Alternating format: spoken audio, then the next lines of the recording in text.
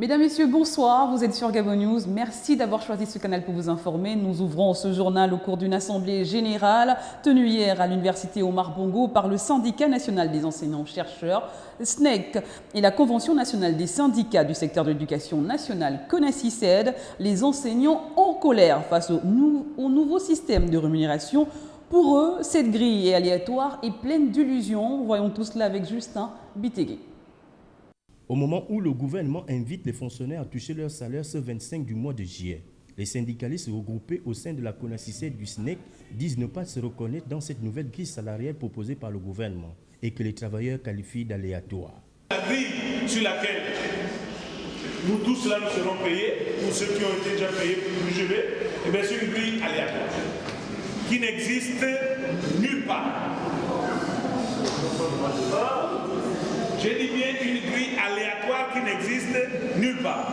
Peut-être qu'ils vont faire un effort de la présenter qu'aujourd'hui, mais en tout cas, elle n'existe pas. C'est de la pure invention. Une grille salariale qui n'a pas respecté les conclusions des assises d'Angonji. Nous ne nous reconnaissons pas dans ce nouveau système qui est mis en place, qui n'est qu'une illusion même d'augmentation de salaire, parce que ça n'a aucun impact positif sur le pouvoir d'achat des agents de l'État. Ça n'a aucun impact positif sur les revenus des agents de l'État. On ne peut pas parler d'augmentation des salaires lorsqu'on joue avec les acquis des travailleurs. Pour les syndicalistes, il y aurait augmentation des salaires s'il y a quelque chose de nouveau en dehors des acquis déjà existants. Restons toujours dans ce même ordre, pas de prime d'incitation à la recherche, pas de bons de caisse, c'est le boycott. C'est en tout cas ce que laisse entrevoir le dernier mouvement d'humeur des enseignants de l'université Omar Bongo de Libreville depuis lundi dernier. Le portail du Temple du Savoir est clos par des barricades. Kenny Ongori, Justin Bitegué nous en disent plus. Regardez. Cette vague de véhicules stationnés à l'extérieur de l'université Omar Bongo de Libreville est le résultat du mouvement des enseignants de cet établissement depuis le lundi dernier, pour la revendication de la prime d'incitation à la recherche et des bons de caisse de certains enseignants issus des syndicats nationaux des enseignants-chercheurs et de la Convention nationale des syndicats du secteur de l'éducation. Nous avons une situation d'injustice à l'université Omar Bongo, à l'école normale supérieure et à l'éducation nationale, où des enseignants ont les bons de caisse séquestrés. Certains depuis le mois de mars, d'autres jusqu'en juin. Même en juillet, au moment où je vous parle, alors que le mouvement de grève a été suspendu depuis le 11 mai, eh bien, ces bons de caisse et les salaires de certains collègues sont toujours suspendus.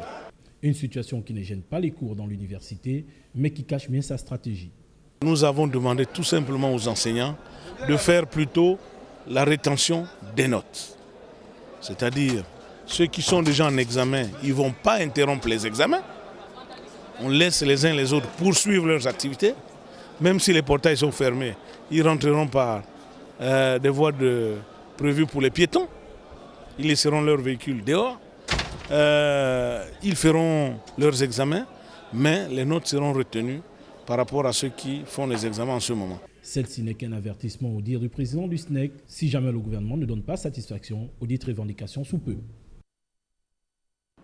Répondant à l'appel de la dynamique unitaire et des syndicats des agents de la santé SINAS, les centres de santé de Libreville sont clos depuis plusieurs jours maintenant. Au centre de ce mouvement, oui, des revendications syndicales, comme nous le précisent nos reporters Kenny Ongori et Justin Bitegué.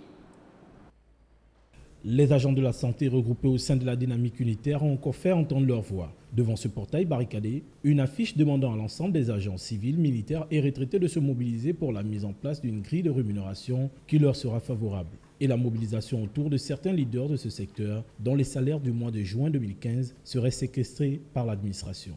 Un geste qui tend à paralyser davantage ce secteur en proie à de nombreux problèmes comme celui de l'éducation. Outre les revendications de la dynamique unitaire, à côté de ça, il y a les revendications propres au secteur de la santé, notamment le paiement de la prime d'incitation à la performance du premier et du deuxième trimestre 2015, l'organisation du concours professionnel, la réouverture des écoles de santé de Makoko et Mouila avec un suivi d'un concours interne avec diversification des filières de formation, l'extension de la prime de servitude et la prise en charge des personnels de la santé 100% par la CNAMGES. Autant de points inscrits sur une affiche placardée sur les murs des centres de santé de Libreville.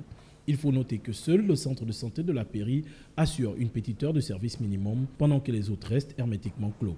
La suite des événements est attendue pour savoir si les activités reprendront dans ce secteur clé de la vie des populations gabonaises. Cap à Tchibanga, le président de l'ONG Convergence, Hervé Ndong, a animé une conférence de presse ce vendredi à Libreville. Une conférence de presse qui fait suite à la caravane médicale qui a eu lieu à Tchibanga du 18 au 19 juillet. Le président de l'ONG a fustigé le comportement de certains hommes politiques de la province. Suivons plutôt. En quoi les hommes politiques ont causé un problème? Moi, je n'ai pas compétence de déplacer un ministre. Je suis désolé. Je suis désolé. Si les gens ne connaissent pas faire le distinguo, moi, je peux faire un cours là-dessus. J'ai invité les cadres de la Nyanga. Et les cadres de la Nyanga, M. Mundunga, est considéré comme le premier cadre parce qu'il a la fonction la plus gradée de la Nyanga aujourd'hui comme ministre du gouvernement. Voilà. M. Mundunga est venu en tant que fils de la Nyanga. Il n'est pas venu en tant qu'homme politique. Il n'est jamais venu en tant qu'homme politique. Et vous ne l'avez jamais vu arborer sur son corps un t-shirt du Parti démocratique gabonais dont il est issu. Je suis désolé. C'est ceux qui ne connaissent pas et qui en font un faux débat, qui posent le problème comme ça. Aujourd'hui, tous ceux qui sont allés dans la Nyanga, est-ce que c'était les hommes politiques? J'ai vu l'agent comptable de l'Assemblée nationale, il est politique. Il est politique. Non, il n'est pas politique. C'est ceux qui cherchent les postes politiques, ceux qui veulent revenir, qui posent le débat comme ça. Moi, j'irai à OIM. Avant d'aller à OIM, j'ai écrit au Premier ministre, chef du gouvernement. J'ai écrit aux ministres et aux députés ressortissants de la province du Wellington.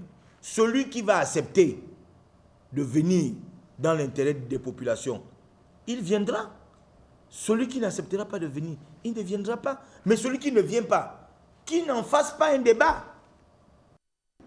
Voilà une conférence de presse donnée à Libreville et non pas à Tchibanga par le président de l'ONG Convergence. Voilà, c'est la fin de ce journal. Merci de l'avoir regardé.